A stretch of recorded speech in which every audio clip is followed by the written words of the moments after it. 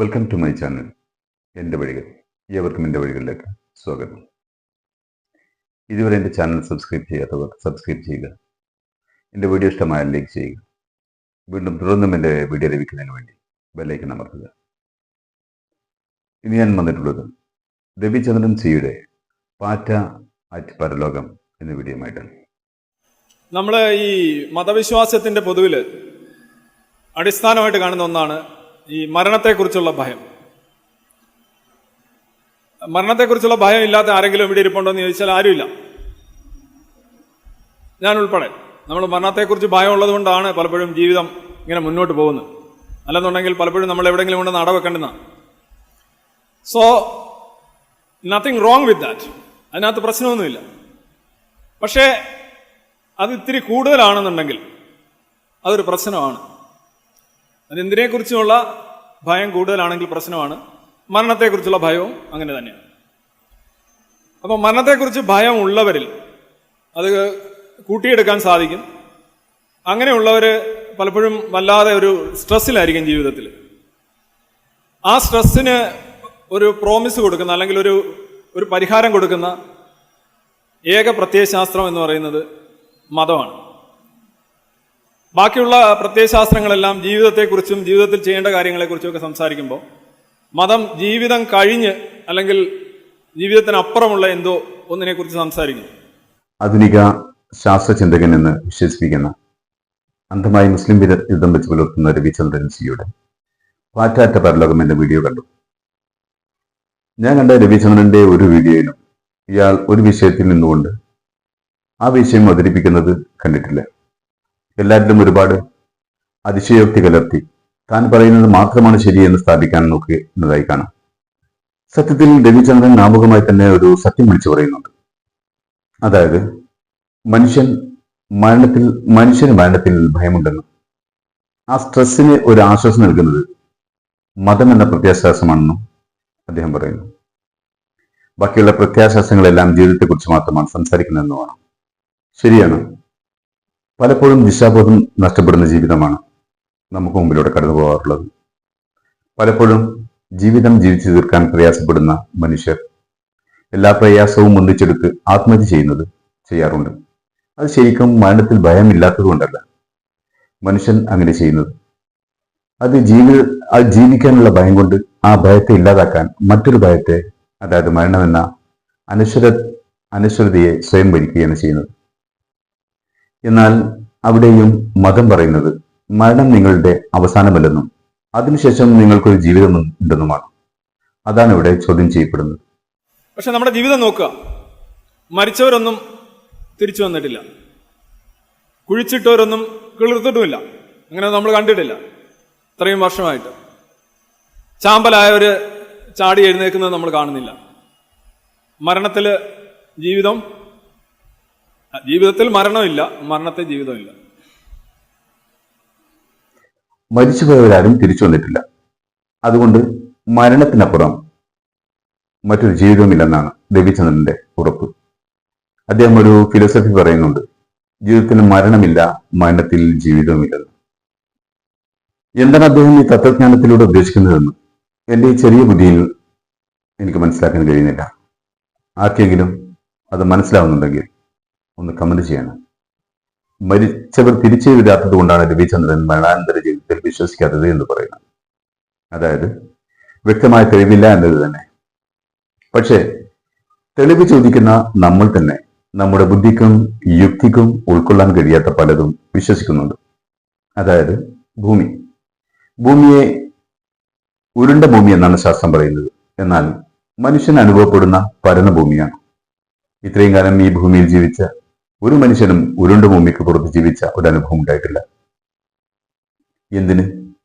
ഇത്രയൊക്കെ വികസിച്ച ടെലിസ്കോപ്പുകളും മറ്റ് സങ്കേതങ്ങളും ഒക്കെ ഉണ്ടായിരുന്നിട്ടും ഉരുണ്ട ഭൂമിയുടെ ഒരു ഉരുണ്ട പ്രതലത്തെ ഇന്ന് നാം കാണുന്ന രൂപത്തിൽ കാണിച്ചു തരാൻ ശാസ്ത്രത്തിന് പോലും ആയിട്ടില്ല. ഭൂമിയുടെ ബഹിരാകാശ ദൃശ്യങ്ങളിൽ നാം കാണുന്നത് തെന്നി നീങ്ങുന്ന ഭൂമിയുടെ ഉപരിതലത്തിന്റെ രേഖാചിത്രം മാത്രമാണ്. എന്നിട്ടും നമ്മൾ വിശ്വസിക്കുന്നു ഭൂമി ഉരുണ്ടതാണെന്ന്. അതിന് കാരണം നാം വിശ്വസിക്കുന്ന ശാസ്ത്രം അത് പറഞ്ഞു തരുന്നു എന്നുള്ളത് കൊണ്ട് മാത്രമാണ്. ഏകദേശം 14 കിലോമീറ്ററിനേക്കാൾ താഴ്ചയുള്ള കടലുണ്ട് ഭൂമിയിൽ. ഈ കറങ്ങിക്കൊണ്ടിരിക്കുന്ന ഉരുണ്ട ഭൂമിയിൽ ഇത്രയും താഴ്ചയുള്ള കടൽ എങ്ങനെ പരന്നൊഴുകുന്നു എന്ന് നമുക്ക് വിശ്വസിക്കാൻ കഴിയുന്നില്ല. എന്നിട്ട് നാം ഭൂമി ഉരുണ്ടതാണെന്ന് തന്നെ വിശ്വസിക്കുന്നു. ഉരുണ്ട പ്രതലത്തിലൂടെയാണ് കടൽ ഒഴുകുന്നതെന്ന് നാം നമ്മുടെ സാധാരണ ജീവിതത്തിൽ കാണുകയോ അനുഭവിക്കുകയോ ചെയ്യുന്നില്ല. അതേപ്പറ്റി ചിന്തിച്ചാൽ അത് നമ്മുടെ യുക്തിക്കും ബുദ്ധിക്കും അപ്പുറത്താണ് എന്നാണ് തോന്നുക. എന്നിട്ടും നമ്മളത് വിശ്വസിക്കുന്നു. നമുക്ക് ഗോചരമല്ലാത്ത, നമ്മുടെ യുക്തിക്കും ബുദ്ധിക്കും ഗോചരമല്ലാത്ത പല വിഷയങ്ങളും ശാസ്ത്രം പറയുന്നു എന്നതിന്റെ പേരിൽ നമ്മൾ വിശ്വസിക്കുമ്പോൾ നമ്മുടെ ചിന്തകൾക്ക് അപ്പുറത്തുള്ള ദൈവത്തെയും പരലോകത്തെയും വിശ്വാസികൾക്ക് എന്തുകൊണ്ട് വിശ്വസിച്ചുകൂടാ എന്ന ചോദ്യമാണ് എനിക്കുള്ളത്. അതായത് മനുഷ്യന്റെ ആർത്തിയുടെയും ആസക്തിയുടെയും ഒരു പരമകാഷ്ഠയാണ് ഈ മനുഷ്യൻ നിർമ്മിക്കുന്ന സ്വർഗങ്ങളെല്ലാം. കാരണം ഇവിടെ എന്തൊക്കെ കിട്ടാതിരിക്കുന്നു, ഇവിടെ എന്തൊക്കെ നിഷേധിക്കപ്പെടുന്നു, അത് വൻതോതിൽ കിട്ടുന്ന ഒരു സ്ഥലം എന്നുള്ളതാണ്. ഇത് എന്താ ശരിക്കും? ഇതിനെ ആളുകൾ വിളിക്കുന്നത് സ്പിരിച്വലിസം എന്നൊക്കെയാണ്, ആധ്യാത്മികത എന്നാണ്. പക്ഷെ ഇത് ആധ്യാത്മികത അല്ല, ഭൗതികതയുടെ മൂർധന്യതയാണ്. നമ്മൾ ഒരു കാര്യം കൂടുതൽ വേണമെന്ന് പറയുന്നത് ജീവിതത്തിലല്ലേ, എനിക്ക് അത് പോരാ, വേണം, അതാണ്. ഇതിങ്ങനെ നടക്കണമെന്നില്ല. പക്ഷെ നമ്മുടെ ആർത്തിയുടെ, അത്യാഗ്രഹത്തിന്റെ, ആസക്തിയുടെ ഒരു മലവെള്ളപ്പാച്ചിലാണ് നമ്മുടെ സ്വർഗസങ്കല്പങ്ങളും പരലോക സങ്കല്പങ്ങളും. സ്വർഗം ഭൂമിയിൽ നിഷേധിക്കുന്നത് മുഴുവൻ കിട്ടുന്ന വലിയ സൂപ്പർ മാർക്കറ്റാണെന്ന് ആരാണ് പറഞ്ഞതെന്ന് എനിക്കറിയില്ല. അത് രവിചന്ദ്രന് മാത്രമേ അറിയുകയുള്ളൂ. നിഷേധിക്കുന്നത് മുഴുവൻ സ്വർഗത്തിലും നിഷേധിക്കപ്പെടുകയാണ് ചെയ്യുന്നത്. ഭൂമിയിൽ നിശ്ചയിച്ച കാര്യങ്ങൾക്ക് സ്വർഗത്തിൽ ആസക്തി ഉണ്ടാവുകയില്ല. പിന്നെ ആളുകളുടെ വ്യാഖ്യാനങ്ങളാണ് പല അബദ്ധങ്ങളിലേക്കും ചെന്നെത്തിക്കുന്നത്. ഉദാഹരണം, സിറാത്ത് എന്ന പാലത്തെക്കുറിച്ചുള്ള വ്യാഖ്യാനങ്ങൾ. സ്വർഗം ഒരു പാലത്തിനും അപ്പുറത്താണെന്നും ആ പാലത്തിന് മീതെ ഒരു മുടി ഏഴായി കീറി അതുകൊണ്ടൊരു പാലം നിർമ്മിച്ചിട്ടുണ്ടെന്നും ആ പാലത്തിന് മുകളിലൂടെ കയറിയാണ് മനുഷ്യൻ സ്വർഗത്തിൽ എത്തേണ്ടതെന്നും ഉള്ള അബദ്ധജടിലമായ ഒരു വിശ്വാസം പൊതുവെ പരന്നിട്ടുണ്ട്. അത് ഇസ്ലാമികമല്ല. സിറാത്ത് എന്ന പാലത്തെക്കുറിച്ച് ഇസ്ലാം പറയുന്നത് മനുഷ്യൻ അത്രയും സൂക്ഷ്മതയോടുകൂടി ജീവിക്കുക എന്നതാണ് ഉദ്ദേശിക്കുന്നത്. അത്രയും സൂക്ഷ്മത പാലിച്ച് ജീവിക്കുന്ന വ്യക്തികൾക്ക് മാത്രമേ സ്വർഗത്തിലെത്താൻ കഴിയുമെന്നാണ്. അങ്ങനെ പ്രയാസപ്പെട്ട് വളരെ കുടുസായ ഒരു ജീവിതം നയിക്കുന്ന വ്യക്തികൾക്ക് മാത്രമാണ് സ്വർഗം എന്നുള്ളത് കൊണ്ടാണ് ആ പാലത്തെക്കുറിച്ച് ജനങ്ങൾ അങ്ങനെ വ്യാഖ്യാനിച്ചു പോകുന്നത്. അല്ലാതെ നരകത്തിന് മുകളിൽ മുടിയാതായിക്കൊരു ഒരു പാലം കെട്ടി ആ പാലത്തിലൂടെ മനുഷ്യൻ സ്വർഗത്തിലെത്തണമെന്നല്ല. സത്യത്തിൽ ഭൗതികതയുടെ ആസക്തി ആവശ്യപ്പെടുന്നത് നിരീശ്വരവാദികളാണ്, യുക്തിവാദികളാണ്. കാരണം ദൈവം എന്ന വിശ്വാസം മനുഷ്യനെ തെറ്റിൽ നിന്ന് പിന്തിരിക്കുന്നതിനാണ് ഊന്നൽ നൽകുന്നത്. എന്നാൽ ദൈവ നിഷേധമോ തോന്നിയതുപോലെ ജീവിക്കാനുള്ള സ്വാതന്ത്ര്യത്തെയാണ് ഡിമാൻഡ് ചെയ്യുന്നത്. ഇത് നിങ്ങൾ പകൽ പട്ടിണി അഥവാ ഡേ ഫാസ്റ്റിംഗ് നിങ്ങൾക്ക് പരിചയം ഉണ്ടാവും. ഞാൻ ഇവിടെ വന്ന് കോട്ടക്കൽ വന്നിട്ട് എന്താണ് ഇതെന്ന് പറയേണ്ട കാര്യമില്ല. ഇത് മനുഷ്യർ ഏറ്റവും കൂടുതൽ ആഹാരം കഴിക്കുന്ന കാലഘട്ടമാണ്. ഏറ്റവും കൂടുതൽ ആഹാരത്തിന് ചെലവ് ചെയ്യുന്ന കാലഘട്ടം കൂടിയാണ്.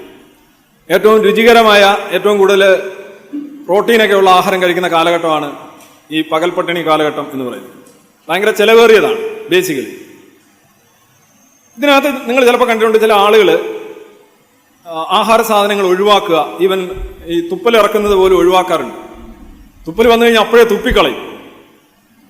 ശരിക്കും ഇവർക്ക് വിശ്വാസം ഇല്ലാന്നുണ്ടെങ്കിൽ ഇവര് മറ്റുള്ളവരെ കാണിക്കാനായിട്ട് അഭിനയിക്കുകയും പിന്നെ പുറത്തുപോയി കഴിക്കുകയും തുപ്പലഥവാ വന്നു കഴിഞ്ഞാൽ ഇറക്കുകയും വെള്ളം കുടിക്കുകയൊക്കെ ചെയ്യുന്നുണ്ടാവും. പക്ഷെ നിങ്ങൾ ഒരു കൂട്ടം ആൾക്കാരെ കണ്ടിട്ടുണ്ടോ? അവര് തുപ്പലൊക്കെ അറിയാതെ അങ്ങനെ ഇറക്കിപ്പോയാൽ, വെള്ളം അങ്ങനെ അറിയാതെ കുടിച്ചു പോയി കഴിഞ്ഞാൽ അവർ ഭയങ്കരമായിട്ട് അസ്വസ്ഥരാവുകയും അവര് ആളുകളൊക്കെ പറയുകയൊക്കെ ചെയ്യും, ഞാനിങ്ങനെ ചെയ്തു പോയി, എന്ത് വേണം. ആരും ഇല്ലെങ്കിലും ഒരു മുറിയിൽ ഒറ്റയ്ക്കാണെങ്കിലും അവരങ്ങനെ ചെയ്യും.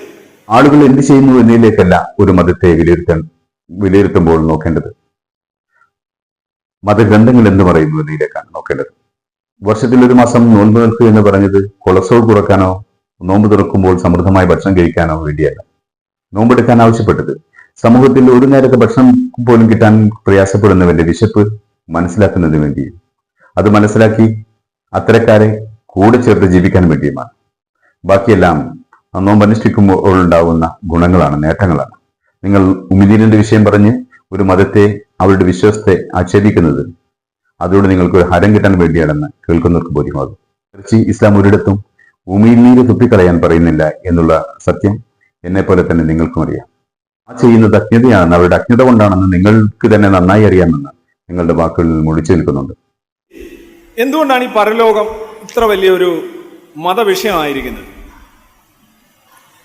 ഇത് ഖുർആനിലെ 2-3 കോട്ട്സ് ആണ്. ഒന്ന്, and the life of this world is nothing but a sport and play, and as for the nest about the most surely is the life did they but know. അതായത് ഈ ജീവിതം എന്ന് പറയുന്നത് മരണം കഴിഞ്ഞുള്ള ഏതോ ഒരു നിലനിൽപ്പ്, ഒരവസ്ഥയുടെ കാത്തിരിപ്പാണ്. ഇതൊരു വെയിറ്റിംഗ് ഡെസ്റ്റിനേഷനാണ്. You are waiting for the best to come. ജീവിതത്തിനെ നിസ്സാരവൽക്കരിക്കുകയും ജീവിതം കഴിഞ്ഞുള്ളതിനു വേണ്ടി ജീവിതം ഒഴിഞ്ഞു വെക്കുകയും ചെയ്യുക എന്നുള്ളതാണ്. അത് തന്നെ നോക്കുക. And convey good news to those who believe and do good deeds, that they shall have gardens in which rivers flow, and they shall have pure maids in them, and in them they shall abide. നിങ്ങൾ സ്വർഗത്ത് പോവും, അവിടെ പൂന്തോട്ടമുണ്ട്. പഴയ സ്വർഗങ്ങളിലെല്ലാം പൂന്തോട്ടങ്ങളാണ്. പുതിയ സ്വർഗത്താണെങ്കിൽ AC മുറികളും മറ്റു കാര്യങ്ങളൊക്കെ ഉണ്ടായേനെ. പക്ഷേ ഈ സ്വർഗം ഒന്നും അപ്ഡേറ്റ് ചെയ്യപ്പെടാത്ത ഒരു സംഗതിയാണ്. അതുകൊണ്ട് അരുവി, തേനരുവി, പൂന്തോട്ടം അങ്ങനെയൊക്കെയുള്ള സാധനങ്ങളാണ് കൂടുതലുള്ളത്. ഇപ്പൊ ഇവര് പറയുന്ന ഒരു കാര്യം എന്താണ്? ഖുർആനിൽ പറയുന്നതാണ്, അൽ ബക്രയിൽ പറയുന്നു, അവിടെ പൂന്തോട്ടം ഉണ്ടാവും, നല്ല പ്യൂർ ആയിട്ടുള്ള മെയ്റ്റ്സ് ഉണ്ടാവും, ഇണകൾ ഉണ്ടാകുന്നു. അതെന്താണെന്ന് ഊഹിക്കാം. അതിനാണ് പലരും വെച്ച് നോക്കൂ. ഇവിടെ തന്നെ രവിചന്ദ്രന്റെ വ്യാഖ്യാനം ഇസ്ലാം ഒരിക്കലും ഭൂമിയിലെ ജീവിതത്തെ നിസ്സാരമായി കാണാൻ പറയുന്നില്ല. ഭൂമിയിലെ ജീവിതം അതിന് നിലക്കും വിലക്കും അനുസരിച്ച് സൂക്ഷ്മത പാലിച്ച് ജീവിക്കണമെന്നാണ് ആവശ്യപ്പെടുന്നത്. അങ്ങനെ സൂക്ഷ്മത പാലിച്ച് ജീവിക്കുന്നവർക്കാണ് പരലോകം ലളിതമായിരിക്കുക എന്നുമാണ് ഇസ്ലാം പഠിപ്പിക്കുന്നത്. സ്വർഗത്തെ ഒരു പ്രത്യേക മെക്കാനിസം ഉപയോഗിച്ച് നിർമ്മിക്കുന്ന ഒന്നായി നിങ്ങൾക്ക് തോന്നുന്നത് കൊണ്ടാണ് നിങ്ങൾക്കിത് ആശ്ചര്യമോ നിരർത്ഥകമായി തോന്നുന്നത്. സ്വർഗം ആധുനികവൽക്കരിക്കാത്തതിന്റെ നിരാശാബോധമാണ് ലഭിച്ചത്. സ്വർഗത്തിലെ സുന്ദരികളായ ഇണകളെ കുറിച്ച് പറഞ്ഞത് ഒരു സമൂഹത്തോടാണ്. അവർ വ്യഭിചാരത്തിലും മദ്യത്തിലും ചൂതാട്ടത്തിലും ഒഴുകി ഒരു സമൂഹമായിരുന്നു. ലൈംഗിക രാജകത്വം തന്നെയായിരുന്നു നടമാടിയിരുന്നത്. അവരോട് ഖുർആൻ ആജ്ഞാപിച്ചത് തന്റെ ഇണയല്ലാത്തവരെ സമീപിക്കരുതെന്നാണ്. ആളുകൾക്കിടയിൽ കലഹമുണ്ടാക്കുന്ന മദ്യം ഉപയോഗിക്കരുതെന്നാണ്. അവരോട് കൽപ്പിച്ചത് കുടുംബ വഴക്കുകൾക്കും ദാരിദ്ര്യം ഉണ്ടാക്കുകയും ചെയ്യുന്ന ചൂതാട്ടം അവസാനിപ്പിക്കണമെന്നാണ്. ഈ നശ്വര ജീവിതത്തിൽ അതിനോടൊക്കെ ഗുഡ് ബൈ പറഞ്ഞ് ജീവിക്കുന്നവർക്ക് അനശ്വര ജീവിതമുള്ള സ്വർഗമുണ്ടെന്നും അവിടെ നിങ്ങൾക്ക് മനസ്സിന് കുളിര് നൽകുന്ന ഇണകളെ വിവാഹം കഴിക്കാമെന്നുമാണ്. അല്ലാതെ അവിടെ വ്യഭിചരിക്കണമെന്നല്ല ഖുർആൻ പറഞ്ഞത്. മതം അതിരുവിട്ട ജീവിതത്തെയാണ് തിരുത്തുന്നത്. അത് തെറ്റാണെന്ന് വാദിക്കുന്നവർ അതിരുകളില്ലാത്ത ജീവിതത്തെ ഇഷ്ടപ്പെടുന്നവരാണ്. അതായത് മൃഗങ്ങളെ പോലെ ജീവിക്കാൻ ആഗ്രഹിക്കുന്നവരാണ്. പിന്നെ സ്വർഗം അപ്ഡേറ്റ് ചെയ്യപ്പെടാത്തത് കൊണ്ടല്ല AC മുറിയും ഇന്റർനെറ്റും ഒന്നും പറയാതിരുന്നത്. അന്നത്തെ സമൂഹത്തിന് മനസ്സിലാകാൻ ആ കാലഘട്ടത്തിന്റെ ചിത്രങ്ങൾ തന്നെ അവരോട് പറയണം. ഇന്റർനെറ്റും ഭാവിയിൽ വരാനിരിക്കുന്ന ഇന്റർനെറ്റിനെ കുറിച്ചും അല്ലെങ്കിൽ സൈബർ യുഗത്തെക്കുറിച്ചും ഖുർആൻ പ്രതിപാദിക്കേണ്ടതില്ല. ഖുർആൻ മനുഷ്യന് ബുദ്ധിയുള്ളൊരു ജീവിയായിട്ടാണ് വിശേഷിപ്പിക്കുന്നത്. സ്വയം ശരിയും തെറ്റും തിരഞ്ഞെടുത്ത് ജീവിക്കാനും കഴിയുന്നതും സ്വന്തം ബുദ്ധി ഉപയോഗിച്ചപ്പോൾ പുതുമകളെ കണ്ടെത്തി ജീവിക്കാൻ അതിനുള്ള സ്വാതന്ത്ര്യം നൽകിയ ഒരു ജീവിയായിട്ടാണ് ഖുർആൻ മനുഷ്യനെ അവതരിപ്പിച്ചിട്ടുള്ളത്. അങ്ങനെയുള്ള മനുഷ്യന് നേർവഴി കാണിക്കാനും സ്വർഗത്തിലേക്കുള്ള വഴി പറഞ്ഞു കൊടുക്കാനുമാണ് ഖുർആൻ അവതരിച്ചതും പ്രവാചകന്മാരുണ്ടായത്. പ്രവാചകന്മാരുടെയും ഖുർആനിന്റെയും ലക്ഷ്യം ഭാവിയിൽ എന്തെല്ലാം ഉപകരണങ്ങൾ ഉണ്ടാകുമെന്നോ എന്തെല്ലാം സൗകര്യങ്ങൾ മനുഷ്യർക്ക് ഉണ്ടാകുമെന്നോ പറഞ്ഞു തരാനല്ല. ഭാവിയിൽ മനുഷ്യൻ ഏത് രൂപത്തിൽ പോകുമെന്നും അതിൽ നിന്ന് എങ്ങനെ പിന്മാറി ഒരു നല്ല മനുഷ്യനായി ജീവിക്കണമെന്നും കാണിച്ചു കൊടുക്കുന്നതിന് വേണ്ടി മാത്രമാണ്. അന്നത്തെ കാലഘട്ടത്തിൽ ജീവിച്ച മനുഷ്യന് അവൻ മനസ്സിലാക്കുന്ന ഭാഷയിൽ, അവന് മനസ്സിലാക്കുന്ന രീതിയിൽ, അവൻ അറിയുന്ന കാര്യങ്ങളെ കുറിച്ച് മാത്രമേ അവർക്ക് പറഞ്ഞു കൊടുക്കാൻ കഴിയുകയുള്ളൂ. 2000 വർഷങ്ങൾ കഴിഞ്ഞ് മനുഷ്യനുണ്ടാവുന്ന മാറ്റത്തെക്കുറിച്ച് 2000 വർഷം മുമ്പുള്ള ഒരു മനുഷ്യനോട് പറഞ്ഞിട്ട് കാര്യമില്ല. അവർക്ക് അത് ഉൾക്കൊള്ളാൻ കഴിയുകയില്ല.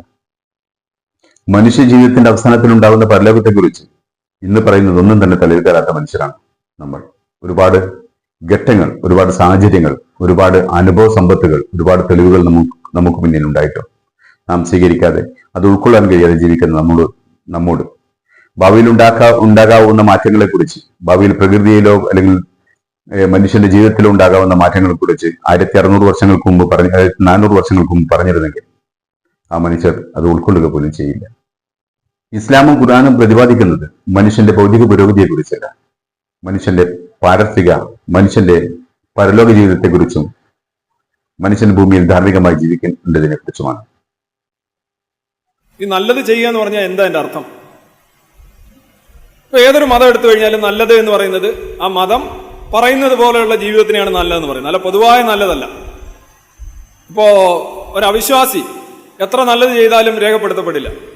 ഗോവിന്ദച്ചാമി കൺവേർട്ട് ചെയ്താലും ഗോവിന്ദച്ചാമിക്ക് സമ്മാനം കിട്ടും. താൻ പറയുന്നത് മതത്തിന്റെ കാഴ്ചപ്പാടിൽ മതം പറയുന്നത് മാത്രമാണ് നല്ല കാര്യങ്ങൾ എന്നാണ്. അങ്ങനെയല്ല. എന്താണോ നല്ലത് അതാണ് മതം പറയുന്നുള്ളൂ. നല്ലത് മാത്രമേ മതം പറയുന്നുള്ളൂ എന്നുള്ളതാണ് അതിന്റെ ശരി. ഒരു അവിശ്വാസി ചെയ്യുന്ന പ്രവൃത്തി അത് നല്ലതായാലും ചീത്തയായാലും അയാളെ സംബന്ധിച്ച് അതിന് യാതൊരു പ്രസക്തിയുമില്ല. കാരണം അയാൾക്ക് വിശ്വാസമില്ല, അയാൾക്ക് അതിൽ നിന്ന് പ്രതിഫലം ആഗ്രഹിക്കുന്നില്ല, അയാൾ ദൈവത്തിനെ കാണുമെന്ന് സങ്കല്പിക്കുന്നില്ല, വിശ്വസിക്കുന്നില്ല. പിന്നെ അയാൾക്ക് എന്തിനാണ് നാളെ അതിനൊരു പ്രതിഫലത്തിന്റെ ആവശ്യം? അയാൾ ചെയ്യുന്ന നന്മകൾ ചെയ്യുമ്പോൾ അതിൽ നിന്ന് പ്രതിഫലം ആഗ്രഹിച്ച് ചെയ്യുന്ന ഒരു വ്യക്തിക്ക് മാത്രമല്ല നാളെ പ്രതിഫലത്തെ കുറിച്ച് ചിന്തിക്കേണ്ടതുള്ളൂ. അവിശ്വാസിയെ സംബന്ധിച്ചോളം അയാൾ ചെയ്യുന്ന നന്മകളെ കുറിച്ച് നിങ്ങൾ എന്തിനാണ് വേവലാതിപ്പെടുന്നത്? എനിക്ക് ദൈവത്തിൽ വിശ്വാസമില്ല, പരലോകത്തിൽ വിശ്വാസമില്ല, സ്വർഗത്തിലോ നരകത്തിലോ വിശ്വാസമില്ല, ദൈവമുണ്ടെന്നുള്ളതിൽ വിശ്വാസമില്ല. എന്നിട്ട് പറയുന്നു ഞാൻ ചെയ്യുന്ന നന്മകൾ ദൈവം സ്വീകരിക്കുകയില്ല എന്ന് നിങ്ങൾ പറയുന്നു. അതിനെന്ത് യുക്തിയാണുള്ളത്? നിങ്ങൾക്ക് ദൈവത്തിൽ വിശ്വാസമുണ്ടെങ്കിൽ മാത്രമേ നിങ്ങൾ ചെയ്യുന്ന നന്മക്ക് പ്രതിഫലമുള്ളൂ. അങ്ങനെ ചെയ്യുന്നുണ്ടെങ്കിൽ മാത്രമേ നിങ്ങൾ ആ പ്രതിഫലത്തെക്കുറിച്ച് ചിന്തിക്കേണ്ടതുള്ളൂ. ദൈവമില്ലെന്ന് വിശ്വസിക്കുന്ന നിങ്ങൾക്ക്, പരലോകമില്ലെന്ന് വിശ്വസിക്കുന്ന നിങ്ങൾക്ക്, നിങ്ങൾ ചെയ്യുന്ന നന്മകൾക്ക് ദൈവം പ്രതിഫലം തരികയില്ല എന്ന് പറയുന്നതിൽ എന്ത് യുക്തിയാണുള്ളത്? സത്യത്തിൽ താങ്കളുടെ ഈ ചോദ്യം തന്നെ നിരർത്ഥകമല്ല. പ്രതിഫലവും സ്വർഗവും ദൈവവും എല്ലാം വിശ്വസികളെ മാത്രം ബാധിക്കുന്ന വിഷയമാണ്. വിശ്വസിക്കാത്ത ഒരു മനുഷ്യർക്ക് അതിന് പ്രതിഫലം വേണം, അതിന് കിട്ടുകയില്ല എന്ന് സ്വർഗം വിശ്വസികൾ പറയുന്നു എന്നതിൽ നിങ്ങൾക്ക് എന്താണ് വേവലാതി? ഗോവിന്ദച്ചാമി കൺവേർട്ട് ചെയ്താൽ സമ്മാനം കിട്ടില്ല. ഗോവിന്ദച്ചാമി തന്റെ തെറ്റുകൾ മനസ്സിലാക്കി പ്രായശ്ചിത്തം ചെയ്യുകയും അതനുസരിച്ച് പാപം ചെയ്യാതെ ജീവിക്കുകയും ചെയ്തെങ്കിൽ മാത്രമേ ഗോവിന്ദച്ചാമിക്ക് പാപമോചനം ലഭിക്കുകയുള്ളൂ. താങ്കൾ പല കോമാളിത്തരങ്ങളും പറഞ്ഞ് കയ്യിൽ നേടുകയാണ് ചെയ്യുന്നത്. അതിലപ്പുറം ഒരു യുക്തിഭദ്രതയോ താങ്കളുടെ ചോദ്യങ്ങൾക്കോ വാക്കുകൾക്കോ ഇല്ല. താങ്കളുടെ വീക്ഷണത്തിലുള്ള നല്ലതും ചീത്തതും തുറന്നു പറയാതെ മറ്റുള്ളവയെ വ്യാഖ്യാനിക്കല്ലേ നിങ്ങൾക്ക് പറയാനുള്ളത് മാത്രം സത്യവും നിങ്ങൾ പറയുന്നത് മാത്രം ശരിയും ബാക്കിയുള്ളവർ പറയുന്നത് തെറ്റാണെന്ന് അടച്ചു വിശ്വസിക്കുകയും ചെയ്യുന്നത് ഈ പ്രവണത നിങ്ങൾ അവസാനിപ്പിക്കണം. കാശ്മീരിലെ ഭീകരവാദികൾ എന്ന് നമ്മൾ The terror threat continues in Kashmir. 273 terrorists active in Valley. എന്ന് പറഞ്ഞ് കുറെ ടെററിസ്റ്റുകളുടെ പടം കൊടുത്തിരിക്കുക. ഇത് ആരാ ടെററിസ്റ്റുകൾ എന്ന് വിളിക്കുന്നത്? ഈ പത്രമാണ് വിളിക്കുന്നത്. ചില ആൾക്കാർ ഇവർ ടെററിസ്റ്റുകളല്ല, ഇവര് വിശുദ്ധ പോരാളികളാണ്, സ്വാതന്ത്ര്യ പോരാളികളാണ്, ഇവർ വലിയ സംഭവമാണ്. ഇവർ ടെററിസ്റ്റ് എന്ന് ഒരു വിഭാഗം ആൾക്കാർ വിളിക്കുന്നു. അപ്പൊ ഒരു വ്യക്തി നല്ലതാണോ ചീത്തയാണോ എന്ന് എങ്ങനെ അറിയാൻ കഴിയും? അവിടെ പണിഷ് ചെയ്യുന്നു എന്ന് പറയുന്നു. അപ്പൊ കഥയനുസരിച്ച് ജീവിക്കുന്നവർ മാത്രമാണ് നല്ലവർ, കഥയനുസരിച്ച് ജീവിക്കാത്തവർ മോശം. ഒരു വ്യക്തി നല്ലതോ ചീത്തോ എന്ന് ആ വ്യക്തിക്കും ദൈവത്തിന് മാത്രമേ അറിയുകയുള്ളൂ. പിന്നെ ഇസ്ലാം മതം ഒരിക്കലും ടെററിസത്തെ അനുകൂലിക്കുന്ന മതമല്ല. അത് അഫ്ഗാനിലായാലും കാശ്മീരിലായാലും മക്കത്തായാലും ടെററിസം തന്നെയാണ്. മറ്റൊരുത്തനെ കൊല്ലുന്നതിനെയല്ല ജിഹാദ് എന്ന് പറയുന്നത്. ജിഹാദ് ദൈവത്തിന്റെ മാർഗത്തിൽ ഒരു മനുഷ്യനെ സഹായിക്കൽ പോലും ജിഹാദാണ്. ആത്മഹത്യാ സ്കോഡുണ്ടാക്കി നിരപരാധികളെ കൊല്ലൽ ജിഹാദല്ല. ഓരോ നിരപരാധിയുടെയും രക്തത്തിന് ദൈവത്തിനോട് സമാധാനം പറയേണ്ടി വരും എന്നും ഇസ്ലാം മതം പഠിപ്പിക്കുന്നുണ്ട്. ഒഴിച്ചുകൂടാനാവാത്ത സാഹചര്യത്തിൽ യുദ്ധത്തിന്റെ സകല നിയമങ്ങളും പാലിച്ചുകൊണ്ട് മുഖാമുഖമുള്ള യുദ്ധത്തെയാണ് ഇസ്ലാം അംഗീകരിക്കുന്നത്. ആ യുദ്ധം പോലും അത്യന്താപേക്ഷിതമായ സാഹചര്യത്തിൽ മാത്രമാണ്. പിന്നെ ഷഹീദ്, ആത്മഹത്യാ സ്കോഡുണ്ടാക്കി മരിക്കുന്നവൻ ഷഹീദൊന്നുമല്ല. അവന്റെ മരണം മോശപ്പെട്ടതാണ്. കാരണം ആത്മഹത്യ ചെയ്യുന്നത് ഇസ്ലാം ഒരിക്കലും പ്രോത്സാഹിപ്പിക്കുന്നില്ല. ആത്മഹത്യ ചെയ്യുന്നവനെ ഒരു ഇസ്ലാമിക ഖബർസ്ഥാനിൽ മറവ് ചെയ്യാൻ പോലും പാടില്ല എന്ന നിയമമാണ് ഇസ്ലാമിനുള്ളത്. ഇസ്ലാമിന് വേണ്ടി യുദ്ധം ചെയ്യുന്നവന് മാത്രമല്ല ഷഹീദ്. എന്റെ രാജ്യം, എന്റെ മാതൃരാജ്യമായ ഇന്ത്യക്ക് വേണ്ടി ഞാൻ യുദ്ധം ചെയ്ത് മരിച്ചാൽ ഞാനും ഒരു ഷഹീദാണ്. ഇനി ഇസ്ലാമിന് വേണ്ടി മരിക്കുക എന്ന് വെച്ചാൽ ഇസ്ലാം അല്ലാത്തവരെ കൊല്ലുക എന്നല്ല അതിന്റെ അർത്ഥം. ഇസ്ലാം അല്ലാത്തവരുമായി യുദ്ധം ചെയ്ത് മരിക്കുക എന്നല്ല അതിനർത്ഥം.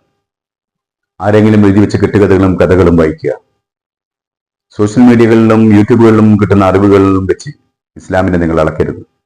അത് മാത്രമാണ് ഇസ്ലാം എന്ന് നിങ്ങൾ വ്യാഖ്യാനിക്കരുത്. ഇപ്പുറത്ത് നിങ്ങൾ കാണുന്ന ഒരു ക്യാൻസർ പേഷ്യന്റ്, കൊച്ചുകുട്ടി, ഈ കൊച്ചുകുട്ടികൾക്ക് ക്യാൻസർ വരുന്നത് എന്തുകൊണ്ടാണ്?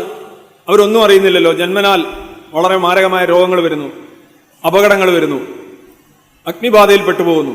ഇതെന്തുകൊണ്ടാണെന്ന് ചോദിച്ചു കഴിഞ്ഞാൽ ഇവരെന്താ പറയുക? ഹിന്ദുയിസത്തിൽ അതിനൊരു എക്സ്പ്ലനേഷൻ ഉണ്ട്. പഴയ ജന്മത്തിലെ മുജ്ജന്മ പാപം എന്ന് പറയും. ഈ പിഞ്ചുകുഞ്ഞിന് എങ്ങനെ ഈ മാരകമായ അസുഖങ്ങൾ വരുന്നുവെന്ന് അത് ദൈവത്തിനോടല്ല ചോദിക്കേണ്ടത്, അത് മനുഷ്യനോടാണ് ചോദിക്കേണ്ടത്. അതിൽ മുസ്ലിം ജനതയ്ക്ക് വ്യക്തമായ ഉത്തരമുണ്ട്. രവിചന്ദ്ര, ദൈവം ലോകത്തേക്ക് മനുഷ്യനെ അയച്ചത് മറ്റു ജീവികൾക്കില്ലാത്ത സവിശേഷമായ ബുദ്ധിയും യുക്തിയും നൽകിക്കൊണ്ടാണ്. അതുകൊണ്ട് തന്നെ ഭൂമിയിൽ എങ്ങനെ ജീവിക്കണം എന്ന് തീരുമാനിക്കാനുള്ള സർവ്വസ്വാതന്ത്ര്യവും മനുഷ്യനുണ്ട്. മനുഷ്യൻ ധാർമ്മികതയിൽ ഇനി എങ്ങനെ ജീവിക്കണമെന്ന് കാണിച്ചു തരാൻ കാലാകാലങ്ങളിൽ ദൈവം പ്രവാചകന്മാരെ നിയോഗിക്കുകയും ചെയ്തിട്ടുണ്ട്. ആ ദൈവിക സന്ദേശങ്ങളനുസരിച്ച് ജീവിച്ചിരുന്നെങ്കിൽ ആ കുഞ്ഞിന് ക്യാൻസർ വരില്ലായിരുന്നു. മനുഷ്യന്റെ കരങ്ങളിൽ അനീതിയും അക്രമങ്ങളും കാണിക്കുന്നത് കൊണ്ടാണ് ഭൂമിയിൽ കലാപങ്ങൾ ഉണ്ടാകുന്നതും ഭൂമിയിൽ അസുഖങ്ങൾ ഉണ്ടാകുന്നതും. അതിന് ദൈവത്തെ പഴിച്ചിട്ട് കാര്യമില്ല.